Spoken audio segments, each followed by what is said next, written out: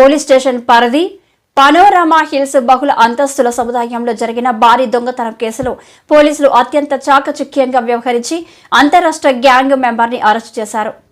PM Palem crime police స్టేషన్లో ADCP ఎం Mohan Rao, north ACP ఏ వెంకట్రావు విలేకరుల సమావేశం నిర్వహించి వివరాలు వెల్లడించారు. వీళ్ళని ప్రాథమికంగా మనం ఎంక్వైరీ చేసే క్రమంలో ఇతనికి కొంత బంగారాన్ని అమ్మి కొంత వాటాలు వేసుకున్నారు. ఇంకా కొంత బంగారం ఎక్కడో పెట్టుకుంటారు. గ్యాంగ్ లీడర్ మీద ఆధారపడి ఉంటారు. ఇప్పుడు ఏదైతే సురేష్ అన్నారే ఉందో అతని దగ్గర 5 lakhs క్యాష్ దొరికింది.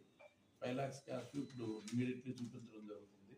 మిగతా రిమైనింగ్ ముద్దాయిలు పట్టుకున్నప్పుడు ఇంకా మిగతా బంగారం అది కూడా అంటే మాకు దర్యాప్తులో చాలా విషయాలు తెలిసే ఈ గోల్డ్ తీసుకెళ్ళి ఎవరికి ఇచ్చారు అనే దాని మీద కూడా ఉంది. ఇక్కడ షాప్స్ అవి ఉండవు.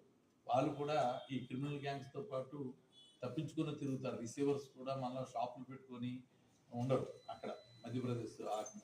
వాళ్ళు కూడా పోలీస్ అబ్స్కాండ్ లిస్టులోనే ఉంటారు వాళ్ళు రిసీవర్స్ కూడా.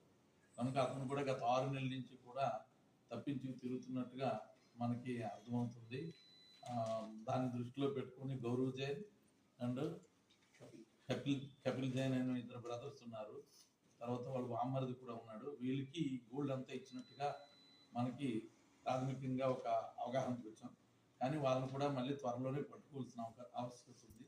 వాళ్ళని పట్టుకుంటే ఈ A1 ఎవరైతే పొందనున్నాడో, A3 ఎవరైతే రాకేష్ ఉన్నాడో వీళ్ళని కూడా పట్టుకున్న తర్వాత ఆ రికవరీ పార్ట్ అనేది ఇంకా కంప్లీట్ చేయాలి. ఇది పూర్తిగా అయిపోలేదు. కేవలం ఆవిడకి ఒక 5 లక్షల రూపాయల వరకే మేము రికవరీ చేసాం. ఈ సురేష్ అనారని A2 అనమాట. సురేష్ అనారే ఇందులో ఏంటంటే ఈ ఫింగర్ ప్రింట్స్ లో ఈ కొందనన్న అతనికి వచ్చింది. ఈ సురేష్ అనారేది కూడా మనకి ట్రేస్ అయ్యింది ఇందులో ఫింగర్ ప్రింట్స్ లో. కనుక టెక్నికల్ ఆధారంగా పట్టుకోవడం జరిగింది. పట్టుకునే క్రమంలోనే వీళ్ళు ఇల్లులో ఉండరు. వండర్లోనేది బిల్లు తెగ అంటారు అనమాట. బిల్లు అనమాట. వీళ్ళు అక్కడ లోకల్ పోలీస్ మీద కూడా చాలా సార్లు అటాక్ చేసిన చరిత్ర ఉంది. వీళ్ళు యారోస్తోని వాళ్ళతోని బాణాలతో పట్టడం, వీళ్ళు పిస్టల్స్తో ఫైర్ చేయడం ఇలాంటి చరిత్ర వీళ్ళకి ఉంది. కనుక వెళ్ళినా కూడా అక్కడ విలేజెస్ లోకి వెళ్ళినా లోకల్ పోలీస్ సపోర్ట్ తీసుకోవాలి. సరైన టైంకి వెళ్ళి అక్కడ పోలీసులు అందరూ కలిసి వస్తేనే రైడ్ చేయనందుకు అవుతుంది అనమాట. ఒక పక్క ఇల్లీ టెరైన్ ఉంటుంది. వీళ్ళందరూ హౌసెస్ కూడా ఎలా ఉంటాయంటే ఇది జొన్న చేలు అవి ఉంటాయి. పెద్ద పెద్ద చేలు లాంగ్ డిస్టెన్స్ లో ఉంటాయి. హౌస్ అంటే మనలాగా విలేజ్ లాగా ఉండదు. అక్కడ చేశారు. అది లాస్ట్ బస్ స్టాప్ దగ్గర ఒక అఫెన్స్ చేశారు. కాకపోతే అందులో వాళ్ళకి ఏమీ పెద్దగా బెనిఫిట్ అవ్వలేదు. ఒక తులం 1/2 తులమే వాళ్ళకి దొరికింది. కనుక వాళ్ళు మళ్ళీ నైట్ అంతా యాంబుష్లో తుప్పల్లో ఉండిపోయి మరుసటి రోజు ఈ ఏదైతే నేను 8th night mid night panorama hills దగ్గరికి వెళ్ళి ఈ అఫెన్స్ చేయడం జరిగింది. దీంట్లో మనకి ప్రాథమికంగా మనకు అప్పుడు తెలిసింది ఏంటంటే 3 ఉన్నారని అనుకున్నాం. సబ్సిక్వెంట్గా మా ఎంక్వైరీలో ఏమో 4, 5 వరకు కూడా గ్యాంగ్ ఉన్నది అనేది మాకు అర్థమవుతుంది. దీంట్లో సుమారుగా మనకి ప్రాపర్టీ కేజీ 40 గ్రాముల బంగారం పోయింది. టోటల్ వర్త్ ఆర్ఎస్ చూసుకునేలాగుంటే 45 లక్షల రూపాయల వరకు ఉంటుంది. అది ఏంటంటే బంగారం కాస్ట్ని రికవరీ అండ్ కొన్ని మేము కట్టినా కూడా ఒక రేట్ అనేది ఉంటుంది. అదే పెడతాము. బయట రేటు అలా లెక్క పెట్టుకోకూడదు. 70,000 ఉంది, 80,000 ఉంది అని ఉండదు. రికవరీ చేసినా అంతే పెడతాం, లేకపోతే అది కూడా అలాగే ఉంటుంది. అందుకని 45 లక్షలు ఉంది. ఒరిజినల్ కాస్ట్ ఎక్కువ ఉండొచ్చు. వాళ్ళది కాస్ట్ అయితే కేజీన్నర దగ్గర బంగారం పోయింది. అవి అయితే తర్వాత దీనిలో పట్టుకునేందుకు కూడా విశ్వ ప్రయత్నం. ఎంత ప్రయత్నం అంటే ఒక 20 days తర్వాత మాకు ఒక ఫింగర్ ప్రింట్ ట్రేస్ అయింది. ఆ ఫింగర్ ప్రింట్స్ ఏంటంటే కుందన్ అనే ఒక వ్యక్తిది మధ్యప్రదేశ్కి సంబంధించిన తార్ గ్యాంగ్ అని చెప్పి నాకు అర్థమైంది. దాని నుంచి అప్పుడు సిపి గారు ఏం చేశారంటే ఇంతకుముందు ఇలాంటి గ్రేవులు జరిగితే ఒకసారి వెరిఫై చేస్తాం, కన్సర్న్ పోలీస్ స్టేషన్కి చెప్తాం. వాళ్ళు ఎప్పుడైనా దొరికినా లేకపోతే మనకి హెల్ప్ చేసినా కూడా పట్టుకొని రావడం అనేది ఒక ఆనవాయితీ. దాన్ని సిపి గారు బ్రేక్ చేసి అలా కాదని చెప్పి continue team to team relieve చేశారనమాట. అంటే అక్కడ తార్ డిస్టిక్లోనే ఉండిపోవాలి, ఆ పోలీస్ స్టేషన్లోనే ఉండాలి. ఒకసారి పిఎం పాలెం ఎస్ఐ వెళ్తే, ఒకసారి భీమిలి ఎస్ఐ, ఒకసారి ఆనందపురం ఎస్ఐ, ఒకసారి పద్మనాభ ఎస్ఐ, మళ్ళీ వీళ్ళకి రిలీఫ్గా ఏఎస్ఐలు ఉంటే ఏఎస్ఐ, బాలరాజు ఇలా అంటే కంటిన్యూషన్ ఫాలోఅప్ చేసేటప్పటికి ఏమైందంటే మనకి ఒకరోజు A2 దొరకడం జరిగింది. అంటే ఇందులో ఒక 4 members ఉన్నారు.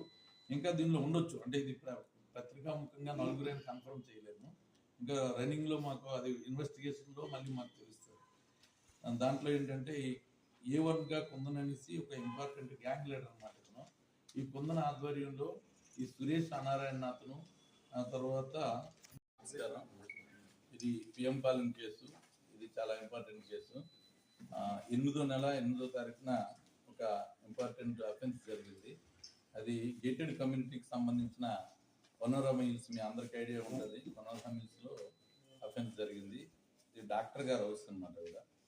ఆ డాక్టర్ గారు ఇచ్చిన వాళ్ళు ఏంటంటే 8వ తారీఖున ఉదయం బయలుదేరి కాకినాడ వాళ్ళకి భీమవరం ఏదో ఒక సొంత పని మీద వాళ్ళు వైఫ్ అండ్ హస్బెండ్ వెళ్ళడం జరిగింది. మళ్ళీ 9th వచ్చారు. 9th వచ్చి చూసుకునేటప్పటికి వాళ్ళ ఇంట్లో దొంగలు పడ్డారనేది వాళ్ళకి తెలిసింది. దాని మీద పోలీస్ కంప్లైంట్ ఇవ్వడం జరిగింది. మెయిన్ ఇందులో ఇంపార్టెంట్ ఏంటంటే సీతామహాలక్ష్మి సంధ్యాదేవి అన్నమాట ఆవిడ పేరు. Facility Venkata Sitamahalakshmi Sandhya Devi, wife of Venkateswara. ఇప్పుడు కేజీహెచ్లో డాక్టర్. అది గేటెడ్ కమ్యూనిటీ అంటే చాలా వరకు ఎటువంటి ఇబ్బందులు లేకుండా అన్ని రకాల సెక్యూరిటీ అన్నీ ఉంటాయి. మీ అందరికీ తెలిసిన విషయమే. చాలా అన్ని ఏర్పాట్లు కూడా లోపల ఉంటాయి కనుక అక్కడ ఎటువంటి ఇన్సిడెంట్లు జరగవు కామన్గా. కానీ ఆ చిన్న చిన్న లూపోల్స్ కూడా చూసి వీళ్ళు దొంగలు పడ్డం అనేది మాకు కూడా ఆశ్చర్యం కలిగించింది. ఇంతగా ఉంది దాంట్లో సెక్యూరిటీ కూడా విపరీతంగా ఉంది. దానిలో వాళ్ళు ఏంటంటే నైట్ ఎప్పుడైతే చూశారో మరుసటి రోజు వెంటనే చెప్తే PM Palem SI and staff, అదేవిధంగా ఇన్స్పెక్టర్ కూడా ఇమీడియట్లీ అటెండ్ అయ్యారు.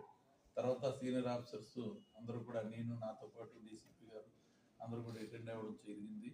టెక్నికల్గా మాకున్న అనేకమైన సోర్స్ని బిల్డప్ చేసుకుంటూ చూస్తే ఒక 10 రోజుల తర్వాత నేరం జరిగే విధానాన్ని వాటిని అంచనా వేసి ఏ గ్యాంగ్స్ చేస్తుంటాయి ఇవన్నీ కూడా మాకున్న ఎక్స్పీరియన్స్తో చూడడం జరిగింది. అది అంతర్రాష్ట్ర ముఠాదొంగలు అని చెప్పి మాకు అర్థమైంది. ఇది మధ్యప్రదేశ్కి సంబంధించిన తార్ గ్యాంగ్ అని చెప్పి అంటారు దీన్ని. ఈ తార్ గ్యాంగ్ అది ఆ ఏరియా అంతా కూడా తాండా పిఎస్ అని చెప్పి పోలీస్ స్టేషన్ లిమిట్స్లో ఉంటుంది. వాళ్ళంతా కూడా గ్యాంగ్స్ కింద ఏర్పడి చాలా ఏరియాల్లో, మన దగ్గర కాదు, తమిళనాడు, కర్ణాటక, ఆంధ్రప్రదేశ్, మహారాష్ట్ర చాలా ఏరియాల్లో అఫెన్సెస్ చేస్తారు. గ్యాంగ్స్ కింద వెళ్ళిపోయి 4 లేదా 5 ముగ్గురు లీస్ట్గా వచ్చి అఫెన్సెస్ చేస్తారు. వీళ్ళని మీరు చెడ్డీ గ్యాంగ్ అని అలా రకరకాలుగా పిలుస్తుంటారు. వాళ్ళు ఏంటంటే ఇక్కడికి వైజాగ్ బై బస్సులో రావడం జరిగింది. అంటే ఒక 5-6 బస్సులు మారి వైజాగ్ వచ్చి మన క్రికెట్ స్టేడియం దగ్గర దిగి ఈ ఏరియాలోనే ఉంటూ వాళ్ళు ఎక్కడ లాడ్జీలో కానీ ఎక్కడ దిగరు. వాళ్ళ అమ్మ ఏంటంటే లాడ్జీలో దిగరు, పగలంతా బుషెస్ ఎక్కడ ఉంటాయి అక్కడ ఉండిపోతారు అన్నమాట. తుప్పల్లోని డబ్బుల్లోని ఉండిపోతారు. అంతేగాని లాడ్జీలో కానీ అక్కడ దిగి అక్కడ ఉండడం, మంచిగా పొజిషన్లో ఉండరు. దానివల్ల కూడా పోలీస్కి ఎక్కువగా దొరికే అవకాశం ఉండదు. ఎక్కడ కూడా ఆధార్ కార్డు ఇవ్వడానికి కానీ ఏముండదు. బుషెస్లో ఉంటారు. పగల అంతా ఉన్న తర్వాత సాయంత్రం అయిన తర్వాత ఒకసారి ట్రెక్కీ అంటారు అన్నమాట. ట్రెక్కీ చేసుకుంటారు ఏ ఏరియాలో మనం అఫెన్స్ చేయాలి ఏంటి అనేది. ఆ విధంగా వాళ్ళు 6వ తారీఖున ఇక్కడికి రావడం, 6వ తారీఖున క్రికెట్ స్టేడియం దగ్గర నుంచి ఇవన్నీ వెరిఫై చేసుకున్నారు.